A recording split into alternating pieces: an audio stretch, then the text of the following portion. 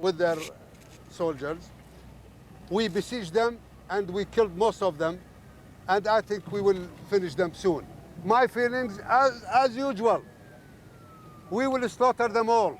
Those invaders, their tombs will be here in Iraq. Tonight, the President was shown on television meeting his inner circle and members of the Republican Guard. But who knows when these pictures were taken? By this afternoon, through the dust and smoke, we could see the Bradleys still in the compound and an ammunition dump blowing up. The Americans say this was a show of force, not the battle for Baghdad. But the pressure is now unrelenting as the Iraqi government struggles to maintain its hold on power.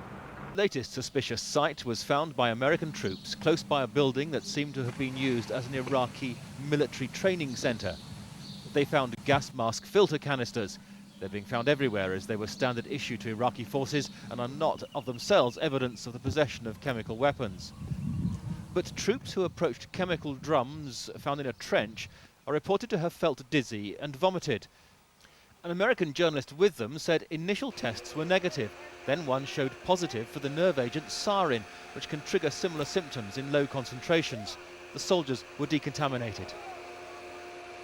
More than half the guys had thrown up. Some guys were reporting red dots and headaches.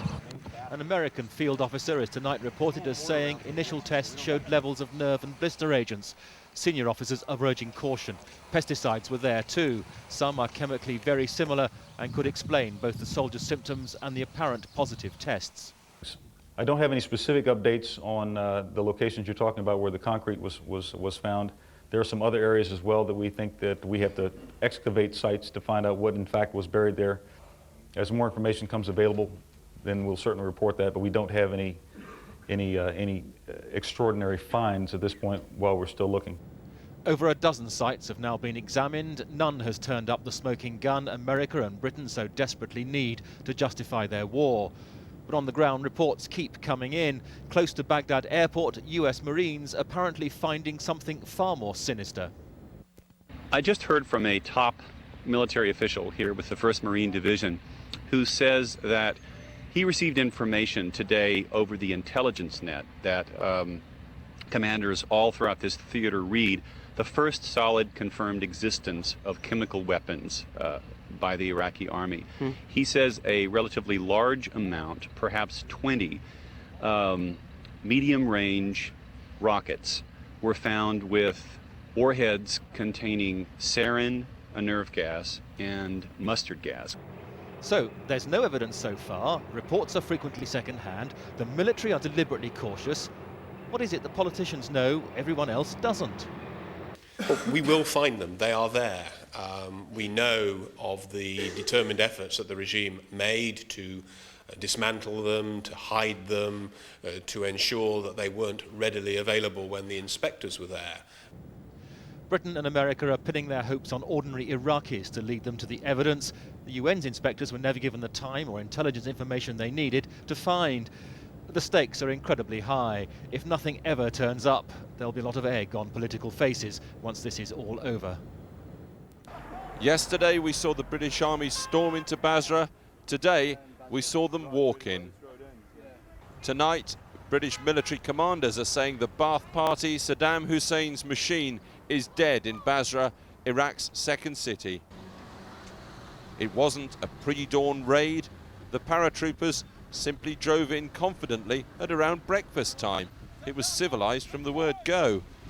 Convoying up to their forward position at the edge of the city itself, seized by tanks only yesterday. All the time escorted in the air by Cobra attack helicopters, but their guns too stayed silent. The British too lost 3 men, 2 of them at the entrance to their forward compound at the gates of Basra. There's a lot of weapons around here. The place was awash with it. You can see that.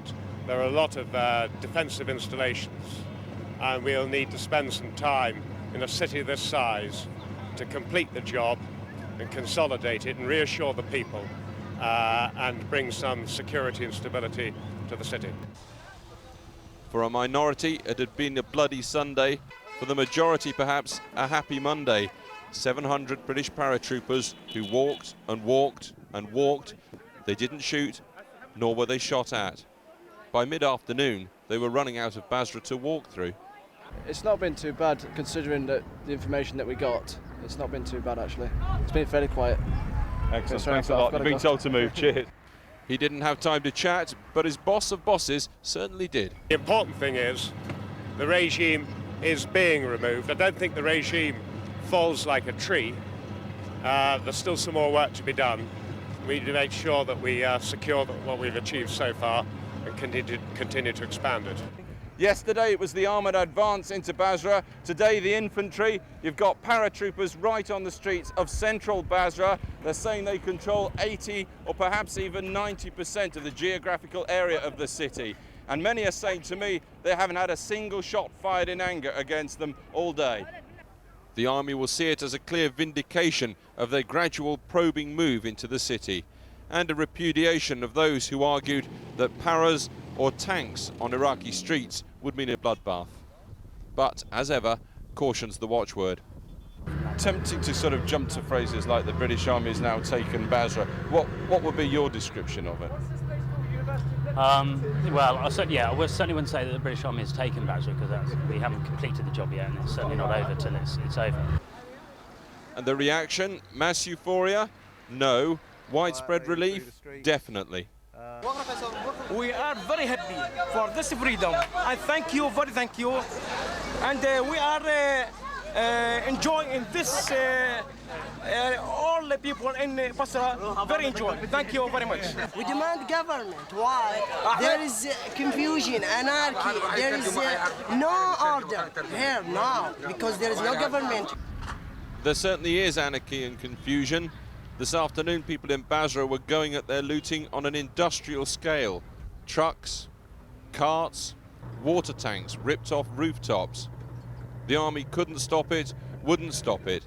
Saddam Hussein ripped off his people for a generation, a little redistribution perhaps, as the people got their own back, ransacking any government for which read Ba'athist building. It was truly a day in which Ba'athist symbols and peoples were swept aside.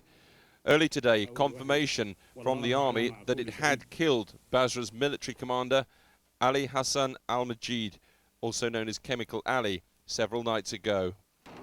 By dawn, Marines were inside the Fedayeen headquarters, the militia HQ, also one of Saddam Hussein's presidential palaces on the banks of the Shatt al-Arab waterway. During the day, soldiers seized this prison. The building was also a torture centre, according to Adnan Sakir, who showed his scars to back up his claim, as well as the cell in which he said he'd been tortured by a regime that will not disappear overnight. Well before sunset, British soldiers were withdrawing from the city centre, leaving Basra without law, without government, the Ba'athists beaten, the British regrouping.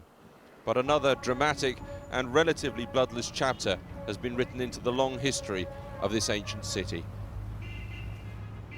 But from the northern front. Kurdish fighters dig in at the front and watch and wait. Wait for Saddam Hussein's army to pull back. Since the war began, Iraqi forces have retreated a grand total of 3 miles along this road. Mosul is still 25 miles away. It's like this up and down the northern front.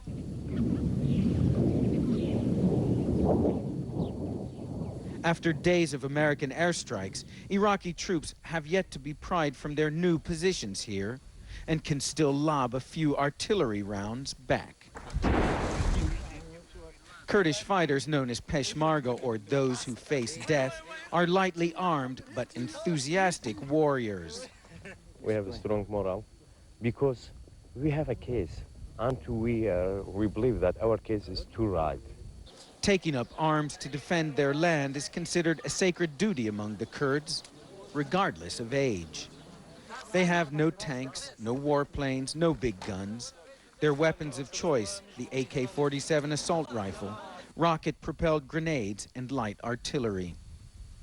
They're now backed up by a modest contingent of U.S. troops, who work closely with the Kurds to coordinate airstrikes. But strong friends and courage will get you only so far. The Northern Front is at best moving forward in fits and starts. The Kurds just don't have the weapons, and the Americans simply don't have the numbers to drive back the Iraqi army. Across the north, Iraqi forces have retreated after being pounded by punishing coalition airstrikes. And the Peshmerga have rushed in to take their place. But the Kurds are barely able to hold on to their new gains. Since 1991, we've been fighting the Iraqi army, says this Kurdish commander. Even if the two sides aren't equal, we've been able to fight until now without American or British support. Even with that support, there's little sense of urgency here. Rather than pushing ahead, the Kurds are biding their time, drinking their tea, and waiting. Ben Wiedemann, CNN, on the road to Mosul, northern Iraq. Agricultural factory. What they have found is 11 25-gallon barrels and 3 55-gallon barrels. They were buried very suspiciously in a bunker. They had some leaves thrown on the top. It had been freshly dug. They called in these chemical analysis teams. These are known as FOX. They look like big armored personnel carriers. In fact, they are packed full with chemical detection gear. They have run tests on this, and what they have found is sarin and tabin, which are nerve agents, and we are also told that they have found mustard-type agent. Now, they are saying that these are positive tests for these agents. It is not conclusive that is in fact a chemical weapon. What they are very strange chemicals mixed together in a strange kind of cocktail, buried in suspicious circumstances. In fact, they found some weapons in that plant, some rocket-propelled grenades, some AK-47. It looks like some sort of military presence had been there, and for that reason, they're going to be examining these chemicals over the next 24 hours to try and discover if indeed this is some sort of chemical agent that could have been weaponized, or is it just a regular extension of a pesticide plant, and that these volumes of sarin and tabin and mustard gas are showing up in that because it's just simply a pesticide, and we should know that, as I say, in 24 to 48 hours. Back to you. War has come to the western suburbs of Baghdad. Beside the road, Iraqi tanks and armored personnel carriers burning and destroyed. Civilians cower, their hands raised. The Americans are largely in control of this section of the city, but they have had to fight, and Iraqi civilians have been killed. It was yesterday that an American armored column drove up the ramp onto the main highway into the city from the west. Almost immediately, evidence of real fighting. A destroyed Iraqi tank. On the other lane of the highway, at least 15 civilian vehicles had been caught up in the fighting, and there were dead there too. In the past 24 hours, we counted over 70 burnt-out Iraqi tanks or personnel carriers. As the column moved closer to the city, Iraqi artillery began targeting the highway. Fighting began. Some Iraqis fought fiercely, but this was a one-sided battle. The resistance by the Iraqis was disorganized and sporadic, with almost none of them fighting as a military unit. These tanks here were destroyed this morning. They are the very best that the Republican Guard units had. But what is interesting is that they were destroyed having already been abandoned. The Iraqi soldiers had simply fled. The Iraqis are mainly fighting in bands of 20 and 30. This was an ambush, bullets ricocheting off a tank beside us. Tonight, the unit I'm traveling with was asked not to destroy any further Iraqi armor. The Americans want a viable Iraqi army to ensure stability in the future. Often today we saw small communities on the move, carrying white flags seeking safety. The longer this war goes on, the harder it will be to tell these people that they are being liberated. An Iraqi woman approaches an American camp. She says the Iraqi army has left weapons in her house. We will go through and clear. All right. The Americans are edgy, suspicious. They are winning this war, but not in the way they imagined. Gavin Hewitt, BBC News, northwest Baghdad. Saying goodbye to Saddam. America may not have found the man himself, but in a land impoverished by war, sanctions and dictatorship, there is no shortage of pictures of the dictator himself. In the beginning, I lost my brother in 1991. I lost my nephew, they killed him. And Saddam Hussein, he killed my mother. And then an interpreter brought in by the US Marines found the evidence which he's feared since he escaped to America in 1991 after a failed uprising. And what has happened to your brother now? I have no idea. I don't know where is he. Do you think he's dead? Maybe, I don't know. His two brothers had been missing since they were taken in here. But as he went gingerly forward into his old hometown, Khuda al-Amari began to find old friends. There was grief, mourning the waste of the times lost, and scenes of unimaginable happiness. What could Khuda say to his son? A son he's not seen since that night in 1991 when he ran for his life. In 1991, the Americans did not back the uprising. Now they say they're here to stay. This is not yet really a campaign for hearts and minds, more a tense standoff between an invading army and a beaten people, among whom there may be men who have nothing to lose but their lives. That, at least, is America's fear. But for now, this is one town where a former resident can get a genuine hero's welcome, while the false icons of the past are reduced to ashes. David Loyne, BBC News, in Khalat Saki, central Iraq. The American troops have just kept going. With barely a pause in the early hours of the morning, they were on the attack again. Explosions and heavy fire tore into buildings on the eastern side of the Tigris River. All this in the Iraqi leadership's seat of power. By daylight, the buildings were still ablaze and still under attack. Anything that could have been an Iraqi position was targeted. Then we heard a terrible, deafening sound, as though the earth was being ripped open. We looked up. Above us, an A-10 tank buster. Anti-missile flares spewing out from under its wing. It swooped down and let loose a ferocious barrage. It circled overhead again, that terrible sound following in its wake. And it blasted this ministry building for a second time.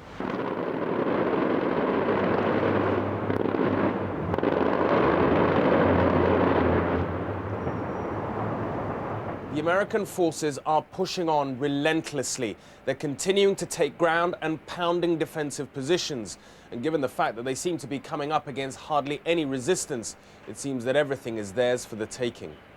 Raghi Omar, BBC News, Baghdad. The Americans are closing in, their Abrams tanks advancing across the Jumeirah Bridge right in the centre of Baghdad and opening fire on the ministry buildings on the far bank of the Tigris. This is the planning ministry, this morning ablaze from the attack. Overnight there was heavy fighting around the main presidential palace. The city of Baghdad early this morning, actually before the sun came up, crossing over a canal and then entering into Baghdad proper. As they came in, they came through a grove, a huge grove, almost a forest of palm trees, and there they came under attack and under fire.